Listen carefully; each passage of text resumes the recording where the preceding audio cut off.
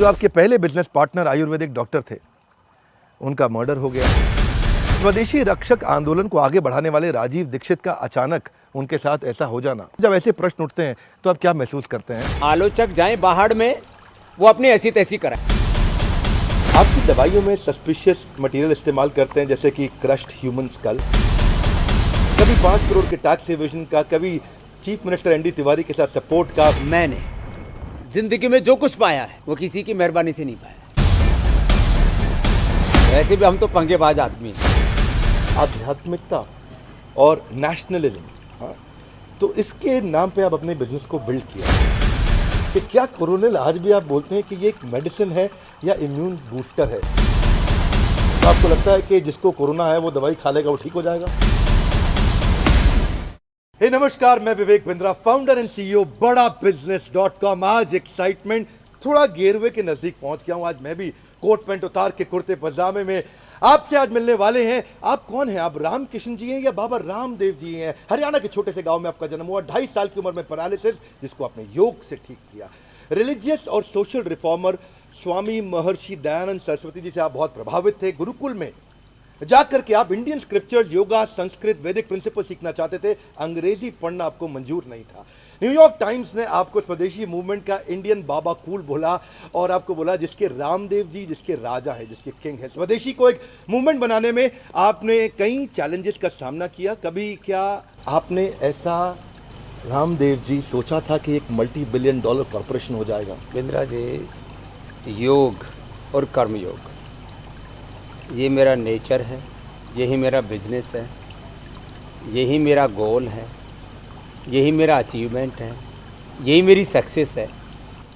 और जो बाकी जिन चीज़ों को बिजनेस, एम्पायर और जो है ब्रांड या एक योग की सेलिब्रिटी, जो बाकी जो भी नाम देते हैं लोग, ये सब बाय प्रोडक्ट है। ये सब यदि अध्यात्म की भाषा में कहूँ तो ये कर्म के फल का परिणाम है और ये भगवान का विधान है।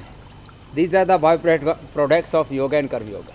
सुंदर, कर्म पे फोकस करो, फल तो आउटकम है, फल तो रिजल्ट है। आपसे दूसरा प्रश्न थोड़ा अलग सा है। ये दोस्ती हम नहीं तोड़ेंगे। 30 साल से ज़्यादा समय की ये दोस्ती, जय वीरू की जैसी दोस्ती, वही राम याद आते हैं हमारे को। 1987 में पहली दफ़ा आप गुरुकुल में आचार्य बालकृष्ण जी से मिले थे, एक योगा के एक्सपर्ट और एक दवाइयों के एक्सपर्ट। 2002 में आपने कैंप्स लगाए, टीवी पे आप आए, अवेयरनेस आपने आयुर्वेद पे बिल्ड करी। आपकी पार्टनरशिप को बहुत इसका क्रेडिट जाता है। देखिए, 2 तरह की फ्रेंडशिप होती है, फ्रेंडशिप फाउंड ऑन बिजनेस या बिजनेस फाउंड ऑन फ्रेंडशिप। या क्या है फिनोमिनल पार्टनरशिप आपकी। प्रोडक्ट का एक कर रहे हैं, प्रोडक्ट का क्रिएशन आचार्य बालकृष्ण जी, और एक कर रहे हैं प्रोडक्ट का प्रमोशन स्वामी रामदेव जी। आचार्य जी 98.6% इक्विटी होल्डर हैं आपकी इस कंपनी में। फोर्ब्स के अनुसार 15वें सबसे अमीर आदमी हैं। आपकी बहुत अमेजिंग स्ट्रॉन्ग अंडरस्टैंडिंग है, आपस में बहुत प्रेम है, जो सालों साल से दिखता आ रहा है। पर कभी कुछ तो खटपट रहती होगी। एक खटपट बिंद्रा जी वहाँ होती है जहाँ कुछ चाहना हो, कुछ पाना हो, जहाँ पर पद, पैसा, प्रतिष्ठा, सम्मान, माने जो दुनियावी चीज़ें हैं, उनको लेकर के आदमी में संघर्ष होता है। और जब आपको अपने लिए कुछ चाहना नहीं है, कुछ खोना नहीं है, कुछ पाना नहीं है, बस अपना कर्तव्य निभाना है। जो अपना कर्तव्य उसी पर न्यौछावर हो जाना। ऐ मनुष्य तेरे जीवन का कुछ भी नहीं ठिकाना। देखो, ये सच है कि आज जहाँ हम खड़े हैं, जहाँ पहुँचे हैं, हमने कभी स्वप्न में भी नहीं सोचा।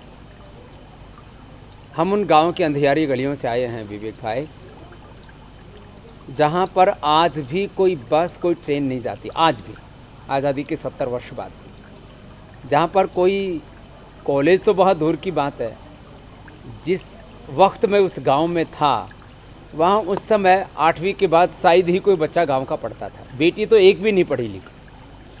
पहली बार मैंने माता पिता को प्रेरणा दे करके, शरीर के संबंध से जो बहन लगती है, उसने एमए और पीएचडी किया पहली बार गांव के किसी लड़के ने। गांव के ऊपर से हवाई जहाज जाता था तो हमको उसका तो नाम नहीं पता था कि इसको एरोप्लेन बोलते हैं, हम उसको चील गाड़ी बोलते थे। और उस ये नहीं पता था कि कहाँ से उड़ती है और कहाँ जा कर के टेक ऑफ और लैंडिंग तो आज शब्द हमें पता, उस समय तो ये भी नहीं पता था ये कौन लोग इसमें उड़ते हैं।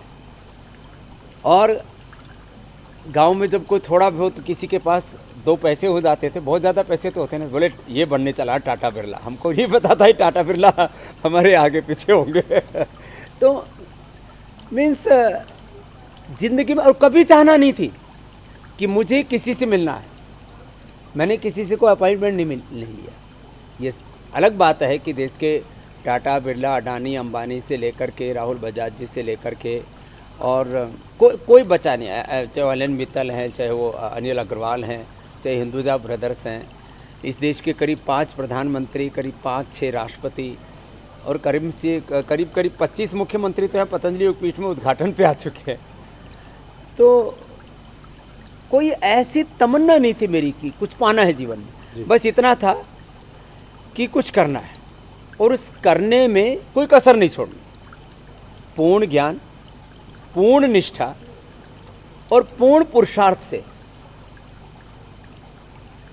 जो हम एक्सट्रीम लेवल पर जाकर के कर सकते हैं। मेरे जीवन का एक मूल मंत्र है, विकल्प रहित संकल्प, अखंड प्रचंड पुरुषार्थ। और वो पुरुषार्थ कैसा, जिसमें पूर्ण विवेक हो। आप भी विवेक हो, आपकी माँ ने कितना अच्छा नाम रखा, आपकी माँ प्रभा बहुत अच्छी है। पूर्ण विवेक से, पूर्ण निष्ठा से और पुरुषार्थ की पराकाष्ठा का सातत्य अपने काम में झोंक देना, फिर जो हो उसकी परवाह नहीं करना। वैसे भी हम तो पंगेबाज आदमी हैं चाहे वो विदेशी कंपनियों के साथ पंगा है, पॉलिटिकल पंगा है, सोशल है, रिलीजियस है, जहाँ भी हम देखते हैं कि कुछ इनजस्टिस है, ढोंग है, आडंबर है, पाखंड है, अंधविश्वास है, जो इलॉजिकल है, इमोरल है, उसके खिलाफ डट करके खड़े हो जाते हैं। फिर चाहे सब कुछ मटिया मेट हो जाए, कोई परवाह नहीं, क्योंकि कुछ माना है ही नहीं ना। विकल्प रहित संकल्प, ऐसा संकल्प जिसमें कोई ऑप्शन नहीं है, कंप्लीट कंपल्शन है।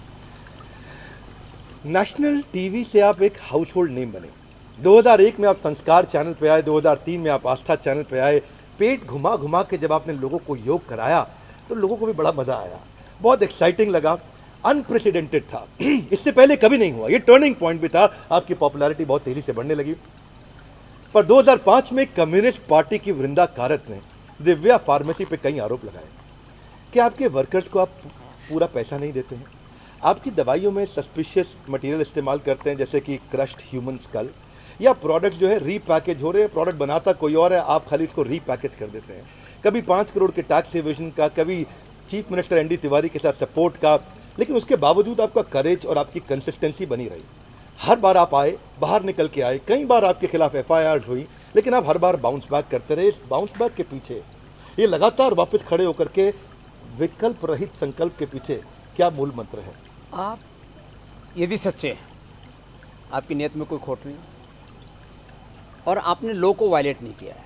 लॉ 3 तरह का होता है, एक भगवान का विधान, एक देश का संविधान कानून और एक समाज के भी कुछ कानून। मैंने भगवान के विधान का कभी अतिक्रमण नहीं किया, मैंने समाज की मर्यादाओं को कभी नहीं तोड़ा, नहीं छोड़ा, और मैंने देश के कानून, नियम, संविधान का कभी उल्लंघन नहीं किया। हमारी हैसियत क्या है, इसी से भगवान करा रहा है। तो वो हम भजन गाते हैं ना, एक बहुत प्रसिद्ध सा भजन, मेरा आपके कृपा से सब काम हो रहा है, करता है मेरा मालिक, मेरा नाम हो रहा है, मेरा आपके कृपा से सब काम हो रहा है। तो हमने अकर्ता भाव से सब काम किया, निष्काम भाव से, इसलिए मैं बेधड़क हूँ, निर्भय हूँ, निर्वैर हूँ, निर्भर हूँ। Agriculture, industry, social, political, economic, health, education, research, सैकड़ों काम में करता हूँ, लेकिन सब कुछ करके निर्भर रहता हूँ। जहाँ तक विवादों का प्रश्न है, तो विवाद होना तो बड़ा शुभ होता है। मोस्ट कंट्रोवर्शियल स्वामी रामदेव, ऐसे मेरे ऊपर टैग लगा हुआ है। मैं कहता हूँ भाई, मैं किसकी भैंस खोल ली भाई, मैंने किसके खूड उबा लिए, किसकी चोरी छोड़ी छोड़ दी, क्या कर दिया भाई। हमने कहा भाई हमने कुछ गलत नहीं किया, तुम लाख प्रश्न पूछो। आप तो फिर भी सभ्य भाषा में प्रश्न पूछ रहे, बड़े विवेकी है, नाम ही विवेक विद्रा। मुझसे तो लोग कितने उटपटांग प्रश्न पूछते थे। मैं एक ही बात कहता था भाई, पहली बात तो भाई आदमी कितनी खोपड़ी लाएंगे, कहाँ की टनों की मात्रा में, क्योंकि करोड़ों लोग हमसे जुड़े थे, उनको उपलब्ध कराते। और जहाँ तक वर्कर्स का प्रश्न है, आज हमसे डायरेक्ट इनडायरेक्ट करीब 5 लाख लोग रोजगार पाते हैं। एक आदमी नहीं कह सकता कि स्वामी रामदेव ने, आचार्य बालकृष्ण ने उनका शोषण किया, बल्कि जब हमारे पास कुछ न था, विवेक जी हमारी यात्रा 1995 से शुरू होती है, तब हमारे पास में एक वर्कर को देने के लिए 500 रुपये भी नहीं हुआ करते थे पूरे। कुछ बच्चे थे हमारे यहाँ पर जो 1-1 लाख रुपए अभी भी हैं, एक दो में दुर्भाग्य से चले गए। एक लड़का पीछे योगेश गया, बड़ा प्यारा बच्चा था हमारा, वो आया था तब उसको 2000 रुपये मिला करते थे। वो बाद में आया था थोड़ा 5-7 साल बाद। शुरू में जो बच्चे थे, एक लड़का प्रदीप है, उसको तो हम 500 रुपये दिया करते थे। आज उसकी शायद 50,000 से ऊपर सैलरी होगी। मीन्स हमने पहली बात तो ये सैलरी वाला जो कॉन्सेप्ट था ये हमारे साथ आया 2000 के आसपास। उससे पहले तो हमारे पास अपनी इच्छा से लोग रहते थे, हमारे पास जितना होता था दे देते थे। हमारे पास 1995 में पहली बार ट्रस्ट की जो बैलेंस शीट जो ऑडिट होकर के गई हमारे चार्टर्ड अकाउंटेंट एनसीए से, वो पूरी बैलेंस शीट इस साल भर की 75,000 रुपये की, 1 लाख रुपए से कम की थी जितनी भी थी। तो हमारे लिए पैसे कोई मानी नहीं रखता था। जब हमने सिस्टम एंड प्रोसेस प्रोटोकॉल्स को फॉलो करना शुरू किया, जो भी सरकार के, उस समय करना शुरू कर दिया। हमने किसी का हक नहीं मारा, हमने किसी का हक छीना नहीं, बल्कि जो नाहक चेष्टा कर रहे थे हिंदुस्तान में, ईस्ट इंडिया कंपनी से लेकर के और यूनिलीवर तक, Coca Cola, Pepsi, PNG, Colgate तक, उनके गेट बंद किए अच्छी तरह से। हाँ, वो हम मानते हैं कि करीब 1000 लाख रुपए उन लोगों ने लूटे, उसको नहीं छोड़ना। वो तो अभी भी हम लगे पड़े हैं। और आज भी करीब करीब हिंदुस्तान के 80% स्टेट्स में हम कोलगेट से आगे हैं। जी जी, पूरे उसके तो डेटा है, आंकड़े हैं, कोई निकाल नहीं सकता उनको। कि आपने आज जो बात किया विदेशी कंपनियों के विषय में, आपने बात किया कभी कोलगेट का और अलग अलग ब्रांड्स का। आज हमारे 1,40,00,000 सब्सक्राइबर्स को एक बात महसूस हुई होगी जो मुझे महसूस होती है, कि आप उस सुंदर से सख्त नारियल की तरह हैं जो ऊपर से तो कड़क और कठोर दिखते हैं, लेकिन अंदर से मुलायम, आपके भगवान के भजन और अपना सारा क्रेडिट भगवान को देते हुए। ये अच्छा लगा बहुत, आपकी विनम्रता देख के इंस्पिरेशन मिलती है। पर थोड़ा सा एक कठोर दिशा में जाना चाहता हूँ। जाओ। 3 जगह हमने सुना आपके बारे में कंट्रोवर्सीज आई। एक, जो आपके पहले बिजनेस पार्टनर आयुर्वेदिक डॉक्टर थे, उनका मर्डर हो गया। दूसरा, वो कंट्रोवर्सी आप पे आती है दूसरी भी, कि आपके जो गुरु थे, गुरु शंकर देव जी, उनके विषय में कुछ कंट्रोवर्सी सुनने को मिली। और तीसरे, स्वदेशी रक्षक आंदोलन को आगे बढ़ाने वाले राजीव दीक्षित का अचानक उनके साथ ऐसा हो जाना। तो ये 3 प्रश्न सही है गलत नहीं, इस पे मैं जजमेंट नहीं लूँगा, इस पे आप पहले भी उत्तर दे चुके हैं। पर मैं चाहूँगा कि आज हमारे चैनल के माध्यम से ये 3 बड़ी कंट्रोवर्सी, स्पेशली राजीव दीक्षित जी के विषय में कई बार लोग हमसे पूछते हैं, तो अगर आज आप इस मंच के माध्यम से इसके विषय में कुछ कहना चाहें। चलो मैं 3 बातों कर देता हूँ। पहली बात तो हमारा कोई बिजनेस पार्टनर नहीं, अभी तक भी नहीं। जी। अब कोई भी आदमी मर जाए और ये कह दे कि उसका मर्डर हो गया, जी, तो ये तो बहुत बुरी बात है। आपके घर में कोई, आपके माता पिता भी काफ़ी आयुष्मान हैं, कोई दिक्कत नहीं है, लेकिन आपके दादा दादी परदादा कोई तो घर में मरा होगा जी, और उसको कोई ये कि आपने अपने दादा दादी, अपने नाना नानी का मर्डर कर दिया, कितना आपको बुरा लगा। लेकिन कोई आदमी अपनी मौत, कोई मर गया। अभी कोई एक सन्यासी थे, हमसे कोई उस दूर दूर का रिश्ता नहीं। वो हमारे शुरू में आयुर्वेद का एक लाइसेंस लगता है, वो लाइसेंस उनका लगा हुआ था, कोई योगानंद जी थे, कोई रिश्ता नहीं उनके साथ हमारा। वो उनका लाइसेंस लगा हुआ था। और सच्ची बात है कि वो कभी आश्रम में नहीं आए, एक बार भी नहीं आए होंगे कोई आयुर्वेद के काम के लिए। हमको कोई उस समय पता नहीं था कि भाई वो आयुर्वेद का लाइसेंस है। वो हम उनसे, वो मिले थे हमसे, एक कोई दूसरा कोई एक योगाश्रम है या पातंजलि योगधाम, जी, वहाँ वो रहते थे, क्योंकि हम गुरुकुल के पढ़े हुए थे, वो भी महर्षि दयानंद के शिष्य थे। जी। तो बोले मेरा एक वो पड़ा हुआ है सर्टिफिकेट, लगा लो आप। हमने सर्टिफिकेट लगा दिया। अब वो बीच में उनका स्वाभाविक मृत्यु हो गया। उनका क्या लेना देना हमसे, कोई बिजनेस पार्टनर नहीं, हमसे कोई सैलरी नहीं लेते थे। जी, जी। अब मर गए, बोले वो मर्डर हो गया। राजीव दीक्षित, अभी तो ये जो है इसके रायपुर के पास क्या है वो जो भिलाई के हॉस्पिटल में वो सारे डॉक्टर जिंदा हैं। तुम एक बार जाकर इंटरव्यू ले आओ, कम से कम मेरा ये बोझ हल्का कर दो, इतना काम कर लो आप मेरे पास आज इंटरव्यू के लिए। देखो मैंने आपको कितना समय दिया, कितने प्यार से आपसे बात कर रहा हूँ। वो हॉस्पिटल में जाके एक इंटरव्यू लेके आ जाओ, वो सारे डॉक्टर हैं वहाँ। उसको हार्ट अटैक हुआ, वो हार्ट अटैक से बेचारा मर गया। अब उसको भी उसकी नेचुरल डेथ, मतलब हार्ट अटैक वाली डेथ को मर्डर कर दिया।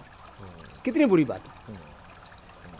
तीसरी बात कि जो है गुरुजी की, अब गुरुजी की मौत के ऊपर सीबीआई, और वो भी सीबीआई ने 2 बार जांच की उसकी, जी जी जी।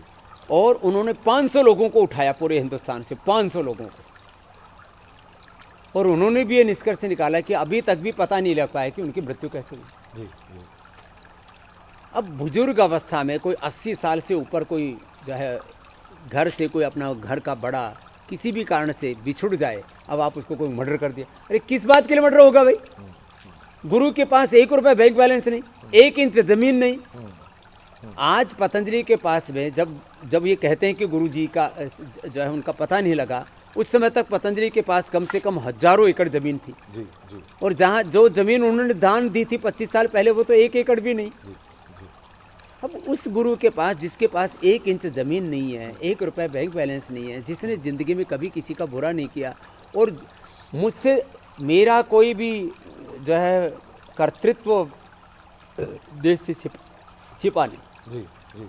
उन गुरु जी का किसी से कोई बैर नहीं। और मेरा एक बार ऊंची आवाज़ में जिनसे बात ना हुई है। मैं स्कॉटलैंड में था, यूके में कैंप कर रहा था, उस समय अचानक उनका पता नहीं लगा। आपके ऊपर ये भी प्रश्न उठता है कई दफ़ा कि आप आध्यात्मिकता और नेशनलिज्म, हाँ, तो इसके नाम पे आप अपने बिजनेस को बिल्ड किया, मीडिया अटेंशन बिल्ड किया, अच्छी प्राइसिंग किया, रिटेल आउटलेट्स बिल्ड किए, वो खूब वैरायटी ऑफ प्रोडक्ट लेके आए, लेकिन स्वदेशी फैक्टर को क्या इस्तेमाल किया गया? आप हालांकि फॉर्मल बिजनेस डिग्री नहीं थी आपके पास, लेकिन फिर भी पूरी एफएमसीजी इंडस्ट्री को आपने हिला दिया। सारी एमएनसी आज अपने प्रोडक्ट को रिवैम्प कर रहे हैं। आज लोग बोल रहे हैं कि आपके टूथपेस्ट में नमक है। आज तरह तरह के नए नए ब्रांड आ रहे हैं आपके दंत कांति को देख के। ये कहा जाता है कि पॉलिटिकल कनेक्शंस के चलते आप गवर्नमेंट स्क्रूटनी से बचते रहे, और क्योंकि आपका इकोनॉमिक इंडिपेंडेंस और नेशनलिज्म ये मजबूत मुद्दा है जिससे इमोशन साथ में जुड़ जाते हैं। हालांकि jealousy is a good indication, जैसे आपने बोला people don't get jealous with the losers, you have been successful, इसीलिए लोग कभी कभी जेलसी रखते हैं आपके प्रति, कभी कभी नहीं, मैं कहूँगा ज़्यादातर। लेकिन आपका क्या व्यू है आज स्पिरिचुअलिटी, बिजनेस और पॉलिटिक्स? ये आपके लिए एक अनबीटेबल सक्सेस मंत्रा रहा? देखो, मोदी जी आए 2014 में, जी ठीक है, और पतंजलि का जो ग्रोथ रेट है 2009 से लेकर के 2013 तक, वो 100 से 200% का है। ये किसी गवर्नमेंट की मेहरबानी से नहीं है। करेक्ट। और स्वामी रामदेव ने जाति को, मजहब को, राजनीति को, किसी भी ढोंग, आडंबर, पाखंड, अंधविश्वास को अपनी सीढ़ियाँ नहीं बनाया, बैसाखियाँ नहीं बनाया। और दूसरी बात, मैं किसी का मोहताज नहीं।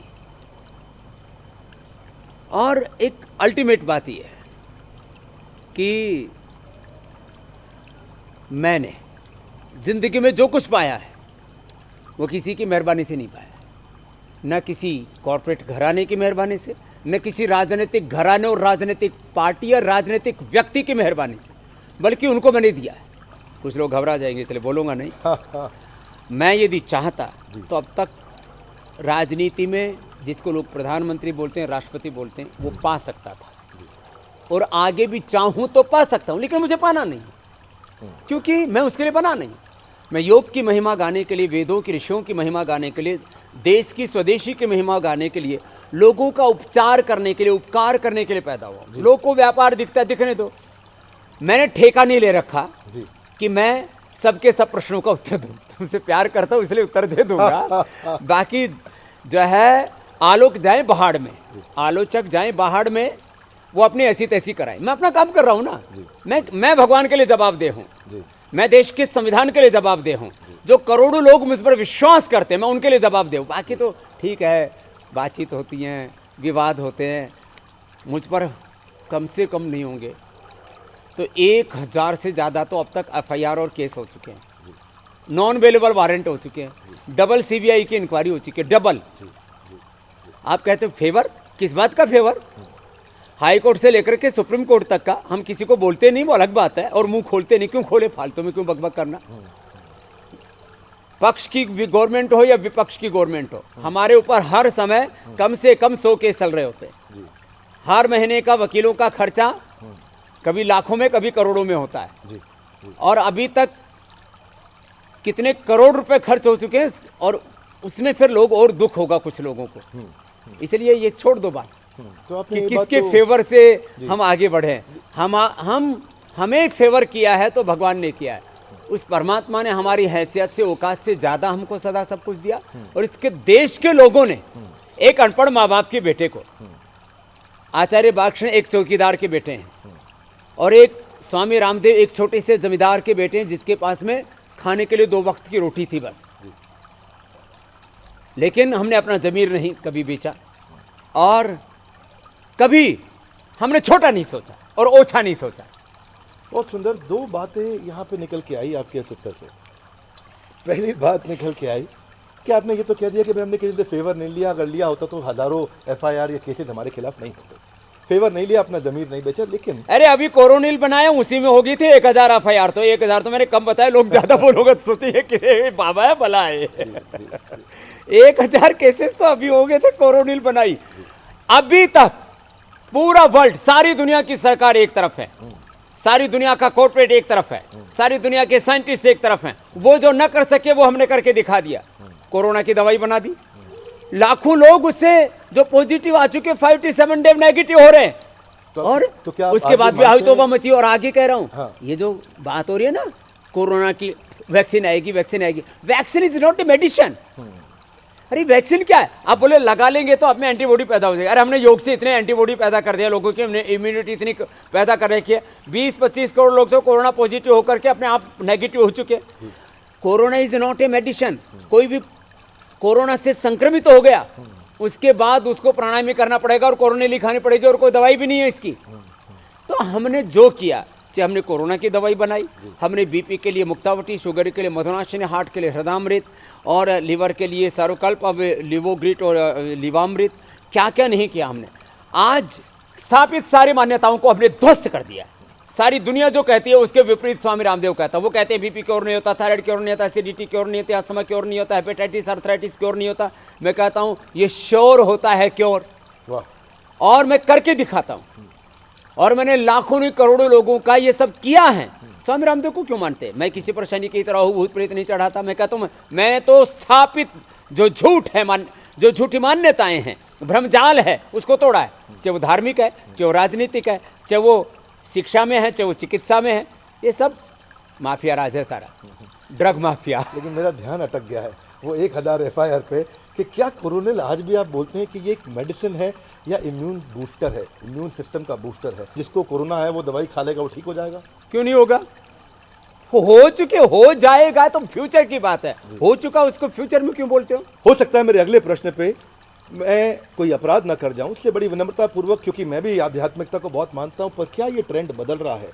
क्या ये समय बदल रहा है कि आज आध्यात्मिकता को बिजनेस की फाउंडेशन की तरह इस्तेमाल किया जाता है? मैं भी भगवत गीता में बहुत बात करता हूँ, सब बात करते हैं, पर मैं आपका भी विचार जानना चाहता हूँ। हालांकि आप एक मजबूत एंटरप्रेन्योर हैं, एक छोटी फार्मेसी से एक बड़ी एफएमसीजी कंपनी तक पहुँचे, कोलगेट का गेट ख़त्म हो जाएगा, खुल जाएगा, नेस्ले की चिड़िया उड़ा देंगे, पैंटीन की पैंट गीली कर देंगे, यूनिलीवर का लीवर टूट जाएगा। बड़े आपने मजबूती के साथ अपने आप को रखा गया। आपका ग्रोथ रेट लगभग 100 से 150% आपका कंपाउंडेड एनुअल ग्रोथ रेट रहा। लेकिन पीछे पीछे श्री श्री रविशंकर जी भी आए, उन्होंने अपना वेलनेस ब्रांड श्री श्री तत्व ब्रांड ला दिया। आज मल्टीपल प्रोडक्ट के साथ में 500 करोड़ का टारगेट उन्होंने रखा है 2020-21 के अंदर। 1000 फ्रेंचाइजी खोलने जा रहे हैं और 2000 करोड़ का उनका मार्केटिंग बजट, क्षमा चाहता हूँ 200 करोड़ का मार्केटिंग बजट भी है। पीछे बाबा राम रहीम जेल जाने से पहले वो भी 40 प्रोडक्ट लॉन्च कर चुके थे। 2022 में आपने, मैंने सुना है कि 2 लाख करोड़ का टारगेट रखा है, integrated food park, apparels, manufacturing unit. आपको क्या लगता है, 2 बातें, क्या ये नया ट्रेंड बन रहा है कि बिजनेस को आध्यात्मिक तरीके से जिया जाए और आध्यात्मिकता की बात की जाए? और दूसरा, क्या कहीं लगता है कि श्री श्री रविशंकर आपको कंपटीशन दे पाएंगे? पहले तो बेधड़क पूछो, कोई पूछने में कंजूसी मत करो कसर ना छूट जाए। दूसरी बात, कोलगेट का गेट खोल नहीं दूंगा, बंद कर दूंगा। अच्छा। तो स्टेटमेंट ठीक कर लो। वो बंद हो चुका है आधा, थोड़ा बहुत अभी पूरा बंद होने वाला है। दूसरी बात, हमने जो भी काम किया व्यापार के लिए नहीं किया, उपकार के लिए किया, उपचार के लिए किया। जो हमने मेडिसिन दी है पिछले 26-27 सालों में, बाजार से उनका कंपैरेटिवली आप उनका मूल्यांकन करेंगे, कम से कम 4-5 हजार करोड़ रुपए कम कीमत में हमने लोगों को औषधियाँ उपलब्ध कराई। 4-5 हजार करोड़ रुपए MRP में डिफरेंस मिलेगा, हमने कम मूल्य में दी। बहुत अफोर्डेबल मोती है। पिष्टी बाजार में 300 रुपए की, झंडू है, डाबर है, वैद्यनाथ है, जो भी देखो। मैं ये विदेशी कंपनियां नहीं है, इनके साथ कोई कंपटीशन नहीं है। ये देती है मोती पिष्टी लगभग 300 रुपए की। जी जी। पतंजलि देता है, दिव्य फार्मेसी हम देते हैं 30 रुपए की। ये तो एक प्रोडक्ट की मैंने बात की। आप देख लो, शंख कपर्दक, मुक्ता, शुक्ति, रस रसायन, भस्म, पाक पिष्टी, चूर्ण, अवलेह, जो भी है सबका कंपेरेटिव देखोगे, हम 10 रुपए की देते हैं, वो 50 रुपए की, 60 रुपए की, 70 रुपए की, 100 रुपए की। ये कोई भाव होता है? लोगों का पागल बनाया। हमने लोगों का पागल नहीं बनाया, हमने लोगों को अपना परिजन मान के, स्वजन मान करके raw material cost, processing cost, transportation की कॉस्ट, डिस्ट्रीब्यूशन की कॉस्ट और विज्ञापन की कॉस्ट तो हमारी लगभग आधा % भी नहीं होती है। हमने लोगों को चीज़ें उपलब्ध कराई और सात्विक चीज़ें उपलब्ध कराई और लोग खुद उसको महसूस करते हैं। ये कोई कहने की बात नहीं है। आप बहका सकते हो जो है 1-2 साल के लिए, 5 साल के लिए, आप 3 दशक तक लोगों को नहीं बहका सकते। जो माता पिता मेरे पास सीखने के लिए आते थे ना योग, उनके बेटे और उनके अब पोते हो चुके हैं। 3 पीढ़ियों को मैंने अपने साथ जोड़ा है, 3 पीढ़ियों को विवेक। तो मेरे भाई ये ठीक है, कुछ लोग बहुत तरह की बातें करते, करने दो, कोई फर्क नहीं पड़ता। फॉर मनी ब्रांड है, जो आप उपचार और उपकार के लिए काम करते हैं। हाँ, अब देखो अगली बात, अब कहेंगे कि जी स्पिरिचुअलिटी को फाउंडेशन की तरह यूज़ करें। भाई हमारे पास में कोई पीठ है नहीं, कोई बैक है नहीं, किसी की बैकिंग है नहीं। तो हमने कहा कोई हमने ढोंग, आडंबर, पाखंड, अंधविश्वास और किसी तरह की कोई जाति, पंथ, मजहब की सीढ़ियाँ बनाई नहीं, बैसाखियों के सारे हम चढ़े नहीं। हमें कहीं से तो आएंगे। अब कोई कहे आप किस जाति से हो, आप किस कौम से हो, किस गांव से, अरे कहीं से तो आएंगे। कोई आसमान से थोड़ी पड़ेंगे, धरती से और नीचे से उगेंगे थोड़ी। अरे आ गए, जहाँ भगवान ने भेजा वहाँ से आ गए। अब करेंगे ना देश के लिए। ये सब बकवास बातें। ये सोचो कि मुझे क्या करना है और मैं क्या कर सकता हूँ और मैंने क्या किया है। तो हम इसी थॉट प्रोसेस से काम करते हैं। बाकी जहाँ तक आपने दूसरे प्रश्न पूछे, मैं तो चाहता हूँ कि इस देश में हमारे रविशंकर जी हमारे बड़े भाई हैं, मुझसे उम्र में ज़्यादा है। और आपने देखा होगा कि पिछले 2 सालों में जो है मुझे पहले कहीं कहीं बोर्ड लगे मिल जाते थे, शायद उन्होंने बाइंड अप कर लिया। और जो भी कारण रहा होगा उसका, हम तो चाहते हैं खड़े हो और खड़े हो। हमारा कोई कंपटीशन नहीं है। हाँ, विदेशी कंपनियों के साथ भी कंपटीशन नहीं है। उनको तो हमें रोंदना है, उनको उखाड़ना है। और खुलेआम बोलता हूँ मैं, कोई कोई भी काम हम लुका छुपी से नहीं करते, खुलेआम करते हैं, सरेआम। अरे चोरी चकारी थोड़ी कर रहे कोई। परंतु कभी कभार ये प्रश्न उठता है कि आप कहते हैं मैं 100% कैंसर भी ट्रीट कर देता हूँ, मैं HIV वायरस जो है, HIV जिसकी बीमारी का कोई इलाज नहीं बताता है, आपने कहा कि हमारी दवाइयों से ठीक होता है, होमोसेक्सुअलिटी, इनफर्टिलिटी, ये सारी बीमारियां भी आप कहते हैं कि आपकी दवाइयों से ठीक होता है।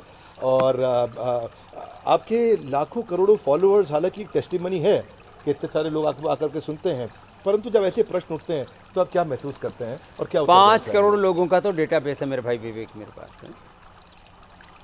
10 करोड़ लोगों के करीब मैंने कैंप लगाए और मेरे शिष्यों ने, जो पूरे देश में हमारा संगठन है पतंजलि का, करीब 10 करोड़ लोगों के उन्होंने कैंप लगाए। 15 साल हो गए मुझे पूरे देश में, 600 जिलों में, 5000 तहसीलों में, 2.5 लाख गाँव में हमारा संगठन है। मैं करीब 20 लाख किलोमीटर घूमा हूँ जी। ये स्वामी रामदेव कहीं ऐसे आसमान से उतर के नहीं आए हैं, मैं ज़मीनी आदमी हूँ और मैं ज़मीन के साथ जीता हूँ और प्रमाण के साथ बात करता हूँ, बिना एविडेंस के साथ बात नहीं करता। पूरा डेटाबेस है, पूरे एविडेंस है, पूरा रिसर्च है, उसके बाद हम बात करते हैं। विवेक क्या है कि लोग बातें बड़ी बड़ी करते हैं, हमने हकीकत में किया। अब किसी का जो HIV पेशेंट आए, अब हम ज़्यादा उसके बारे में बोलते नहीं। आपने बहुत दिनों के बाद ये प्रश्न पूछा मीडिया पे, करीब 5 साल बाद किसी ने मेरे से प्रश्न पूछा। अब कोई HIV पेशेंट आया और हमने उसको दवाई दी और ठीक हो गया तो क्या करें हम, बताओ। हमने किसी से चवन्नी ली नहीं, कोई विज्ञापन करते नहीं। अब कोई होमोसेक्सुअल आया और वो ठीक हो गया तो हमने बोल दिया भाई ठीक हो जाते हैं। अब कोई हो तो आ जाओ भाई, ठीक कर देंगे। कोई इनफर्टिलिटी थी, बच्चे नहीं थे, तो हज़ारों लोगों को बच्चे हुए। फिलिपियन ट्यूबन थी, यूट्रस में फैबसे, ओवरी में सिस्ट थी, ओवम पोरा नहीं बनता था, स्पर्म पोरा नहीं बनता था, कोई भी हार्मोन्स के कारण से बच्चा नहीं होता था, और जो है ओबिसिटी के कारण से इनफर्टिलिटी थी। जो भी कॉजेज थे इनफर्टिलिटी के वो हमने दूर कर दिए। अरे इतना ही क्यों, मैंने कहा ना पूरी दुनिया में इनकेरेबल है, हेपेटाइटिस, अर्थराइटिस, एस्थमा, क्या क्या नहीं है, हाँ?